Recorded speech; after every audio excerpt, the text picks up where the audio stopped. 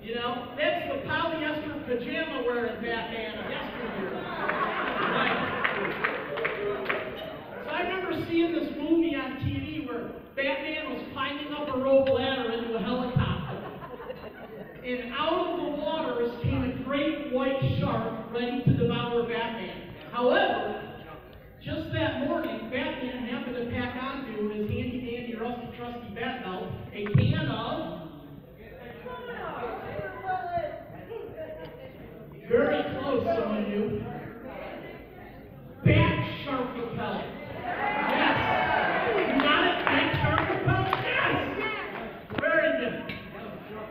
Bat shark repellent. So he reached out onto his handy-dandy, rusty-trusty bat belt, and he sprayed that shark into its eyes and down into the watery depths from where it came. Well, that inspired me, you know, so I went, I put on the tightest pajamas I owned. They were all tight for obvious reasons.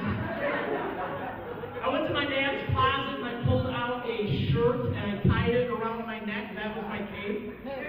I put a belt around my waist and I went into the kitchen. I began to select my bat utensils. I put a pair of tongs here and a spatula here, you know. And finally, my wife said, "You look ridiculous. You're not going out of the house like that." Freaking out the kids. No, but I did. I always wanted to be a superhero. But you want to know something? As I grew older and matured, my view of what a superhero really is began to change. And so I want to tell you a few stories tonight about my family, so that you can see who, in my eyes, is a superhero. You want to hear that story?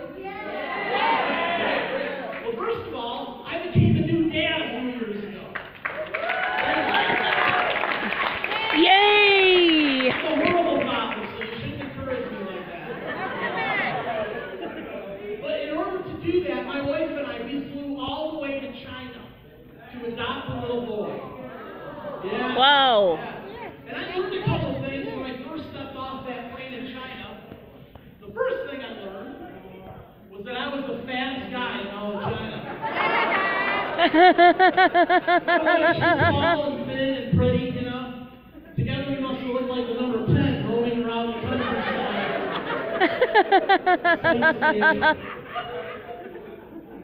But we did. We went there to adopt a little boy named Simon. Now Simon, he was abandoned in the woods in the middle of winter on the day he was born. And the reason he was left there to die was because, for a few different reasons. One, he had what's called an improper anus. And that's where your intestines doesn't connect to an exit. And when they found him, the people who found him were feeding him for almost a week. He was getting fussier and fussier. And finally, a British doctor discovered the issue and said, we gotta do a surgery. And she saved his life for the second time inside of a week. And he was also probably abandoned not only for that, but because he had a clubbed foot. And that's been pretty much corrected now. And also, he has on one thumb an extra thumb. And my wife and I, we think that's cool. We'll say, "Hey, Simon, 3 thumbs up, buddy." And the reason he was left there is because at that time and in that culture, they didn't value differences. And they didn't value his life, and they decided that they didn't want to keep him, and so either the mother or the father brought him to the woods and dropped him there, and with snow covering his little body, I believe God had bigger and better plans for my son's side.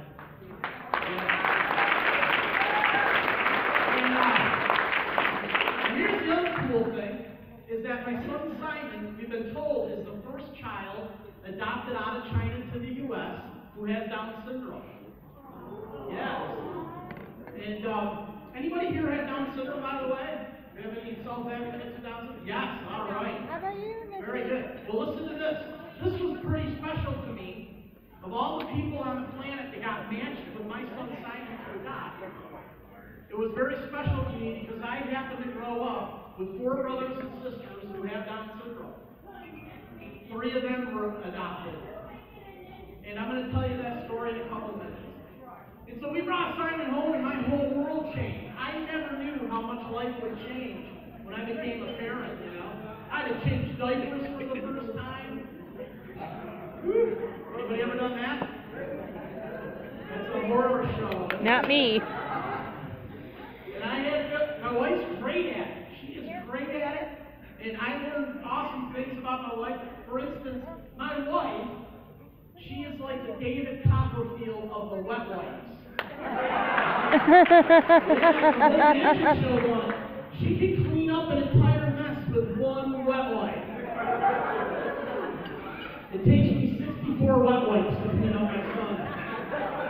And sometimes I have to leave him there with his legs dangling in midair and run to Walmart and buy more wet wipes. Terrible.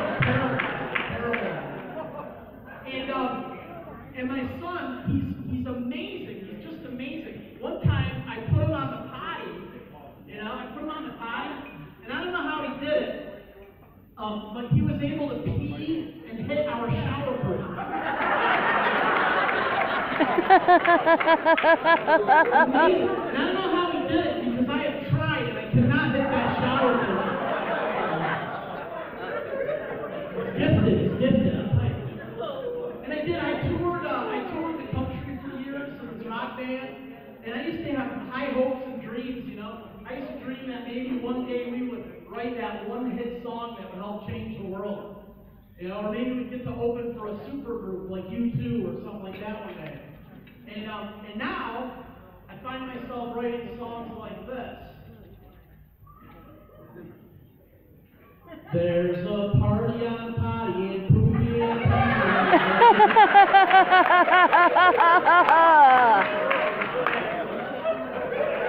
There's a party on potty and poopy and there. You can take the line and let everybody know that we like it. There's a party on potty with something sticking in the air.